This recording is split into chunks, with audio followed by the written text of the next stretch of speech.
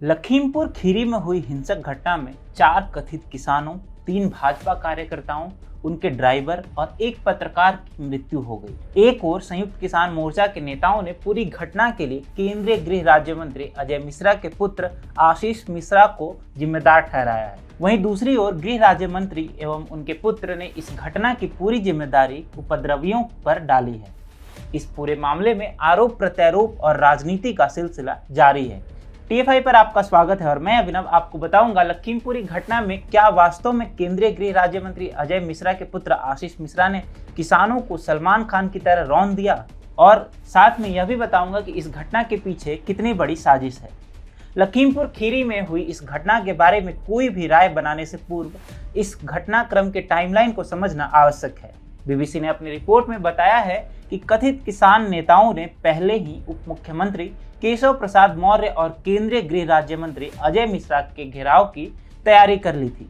तय कार्यक्रम के अनुसार दोनों नेताओं को 3 अक्टूबर को लखीमपुर खीरी का दौरा करना था। दोनों नेताओं ने पहले जिला मुख्यालय का दौरा किया और विकास योजनाओं का शिलान्यास किया। इसके बाद दोनों नेताओं को नेपाल बॉर्डर पर स्थित बनवरीपुर गांव जाना था। यह गांव तिकुनिया से 4 किलोमीटर दूर पड़ता है। दोनों नेताओं को हेलीकॉप्टर से शहर आना था, किंतु उपद्रवी किसानों ने तिकुनिया स्थित महाराजा अग्रसेन इंटर कॉलेज में बने हेलीपैड को घेर लिया। इसके बाद दोनों नेताओं ने सड़क मार्ग से ही बनवरीपुर पहुंचने का निर्णय लिया। वहीं किसानों ने सड़क मार्ग को जाम करने के लिए वहां गाड़ियों का काफिला खड़ा कर दिया था। 1:30 बजे के करीब 3 गाड़ियों का छोटा काफिला तिकुनिया से गुजर रहा था, जो दोनों नेताओं के काफिले में शामिल होने के लिए जा रहा था। इसी दौरान झड़प हुई और हिंसा भड़क गई। संयुक्त किसान मोर्चा के नेताओं का आरोप है कि सड़क घेर कर बैठे किसानों को देखते ही केंद्रीय मंत्री अजय मिश्रा के बेटे आशीष मिश्रा ने गोली चला दी और उन पर गाड़ी चढ़ा दी, जिससे 4 किसानों की मृत्यु हो गई। हालांकि आप वायरल हो रहे वीडियो को और घटनाक्रम की कड़ियों को जोड़कर देखें तो उपद्रवी किसानों में जिन 4 लोगों की मृत्यु हुई है उसका कारण हिट एंड रन नहीं है। वास्तव में वीडियो को अगर आप ध्यान से देखें तो आपको समझ में आएगा कि कैसे किसान नेताओं के काफिले पर टूट पड़े थे, लाठीचार्ज की गई थी, गाड़ियों में बैठे कार्यकर्ताओं पर जानलेवा हमला किया गया और इससे बचने के लिए अवश्य ही कार को रिवर्स गियर में लेने के प्रयास किए गए होंगे और इसी दौरान 1-2 किसान हताहत हुए होंगे। हालांकि जो तस्वीरें सामने आई है उसमें किसानों की संख्या को देखकर यह बात विश्वास करने योग्य नहीं लगती है कि कोई भी समझदार व्यक्ति इतनी बड़ी भीड़ जो उसका रास्ता रोके खड़ी है उस पर गाड़ी चढ़ाने का दुस्साहस करेगा। दूसरी बात, यदि आशीष मिश्रा वास्तव में घटना स्थल पर मौजूद थे तो उन्हें एक भी खरोच क्यों नहीं आई, जबकि वहां सैकड़ों किसान मौजूद थे जिन्हें निश्चय ही अपने साथी पर हुए कथित हमलों के बाद क्रोध आया होगा। तीसरा सबसे महत्वपूर्ण तथ्य यह है कि आशीष मिश्रा ने स्वयं इस बात की पुष्टि की है कि घटना के वक्त वह केंद्रीय गृह राज्य मंत्री और उप मुख्यमंत्री के साथ मौजूद थे। आशीष मिश्रा ने अपनी सफाई में कहा है कि मैं कार्यक्रम के अंत तक सुबह 9 बजे से बनवारीपुर में था। मेरे खिलाफ आरोप पूरी तरह से निराधार हैं और मैं इस मामले की न्यायिक जांच की मांग करता हूं। साथ ही चाहता हूं कि दोषियों को कड़ी सजा मिले। उन्होंने आगे कहा कि हमारे 3 वाहन एक कार्यक्रम के लिए उप मुख्यमंत्री की अगवानी करने गए थे। रास्ते में कुछ बदमाशों ने पथराव किया और कारों में आग लगा दी। इसके बाद हमारे कार्यकर्ताओं को लाठियों से पीटा गया। ऐसे में नैरेटिव गढ़ने वाले कुछ भी कहें, यदि आशीष मिश्रा उप मुख्यमंत्री के साथ मौजूद थे तो कार्यक्रम के वीडियो फुटेज से इस बात की पुष्टि हो जाएगी और सारा सच सामने आ जाएगा।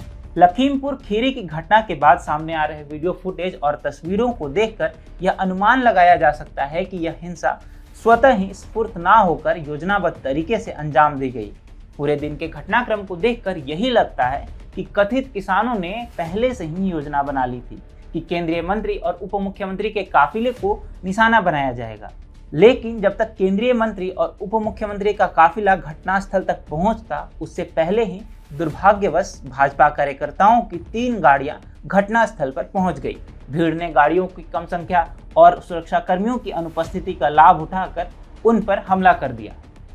यदि कथित किसानों को केवल अपना आक्रोश दर्ज कराना था तो वह कार्य उन्होंने महाराजा अग्रसेन इंटर कॉलेज में मुख्यमंत्री और केंद्रीय गृह राज्य मंत्री के लिए बनाए गए हेलीपैड का घेराव करके भी दर्ज करा दिया होता।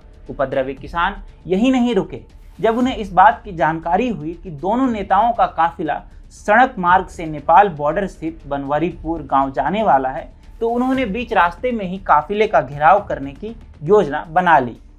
यह भी मान ले कि कथित किसान केवल घेराव करने की योजना से आए थे और भाजपा नेताओं ने ही उन पर गाड़ियां चढ़ाई तथा हिंसा को भड़काया, तो भी अचानक ही किसानों के पास इतनी बड़ी संख्या में लाठी डंडे कहां से आए होंगे।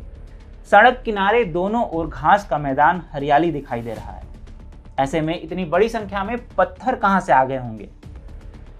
यदि ये लोग किसान हैं तो इनके बीच उपस्थित एक व्यक्ति अलगाववादी आतंकी भिंडरावाले की तस्वीर वाली टी शर्ट क्यों पहने दिखाई दे रहा है।